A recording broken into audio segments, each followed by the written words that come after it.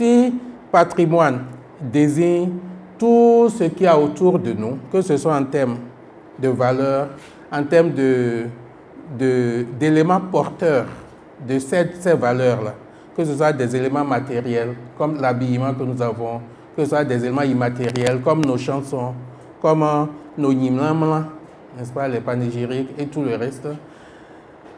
Ce sont donc ces éléments-là qui sont généralement hérités. Donc, c'est quelque chose qui est hérité. D'ailleurs, patrimoine, ça veut dire pas de patrimonium. Donc, c'est quelque chose qui est hérité des pères, nous dirons, des parents. Mais il y a de plus en plus de patrimoine créé aussi. Et ça, c'est un aspect du débat qu'on peut avoir. Est-ce que le monument de l'Amazone à Cotonou, c'est du patrimoine? Ça, c'est une question. Est-ce que la place, la porte du non-retour à Ouidah, c'est du patrimoine? Ça, c'est des questions, n'est-ce pas, qui méritent débat. C'est pourquoi je me dis que c'est important de s'entendre sur les concepts. Donc, à mon avis, le patrimoine peut être créé, puisque tout réside dans celui qui déclare patrimoine. Qu'est-ce qui donne l'attribut de patrimoine? Mais ce qui est important, ce n'est pas tellement ça dans le patrimoine.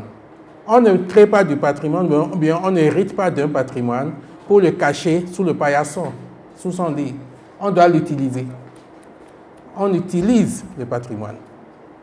On va au musée, donc on utilise. On va visiter les lieux, donc on utilise d'une manière ou d'une autre. On porte les habits, donc on utilise.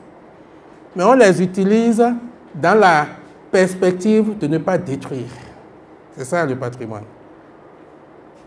On ne doit pas détruire. Et donc, un spécialiste du patrimoine est nécessairement... C'est pourquoi on les appelle conservateurs. Ils conservent. Parce qu'ils ne sont pas là pour détruire, ils sont là pour conserver. Et la conservation, c'est un ensemble de techniques, de procédés que l'on met en œuvre pour assurer la plus longue espérance de vie, n'est-ce pas, à ce qu'on a comme élément, attribut matériel ou immatériel du patrimoine. C'est ça qu'on appelle conservation. Donc, pour moi, le patrimoine, c'est culturel maintenant.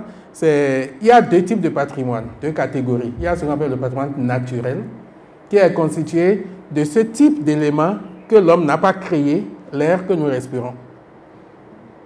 On l'a hérité, on ne l'a pas créé. Ça peut être de Dieu, ça peut être de la nature. En tout cas, c'est hérité de quelqu'un, de quelque part. Mais nous faisons tout pour ne pas le polluer. Donc, on conserve dans la perspective, n'est-ce pas, de le transmettre aux générations futures. C'est du patrimoine, l'air que nous respirons. Ouais. Donc, mais ça, c'est naturel. Maintenant, il y a aussi ce qu'on appelle le patrimoine culturel. Le patrimoine culturel, c'est tout ce que l'homme a créé. Les monuments qui sont construits, les musées avec leurs collections, etc.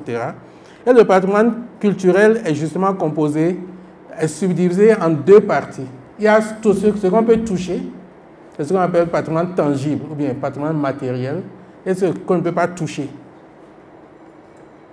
Donc, je n'en dirai pas plus. Ce qu'on peut toucher, il y en a beaucoup autour de nous.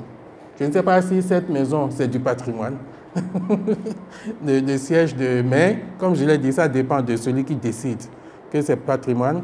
Ce qu'on appelle artefact, c'est tout ce qu'on peut transporter, comme les collections de musées, comme les pièces archéologiques, artefacts, et qui ont été fabriqués d'une manière ou d'une autre par l'homme, artefacts.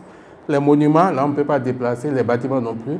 Donc, certains parlent de patrimoine culturel mobilier, quand on peut déplacer, et immobilier, quand on ne peut pas déplacer.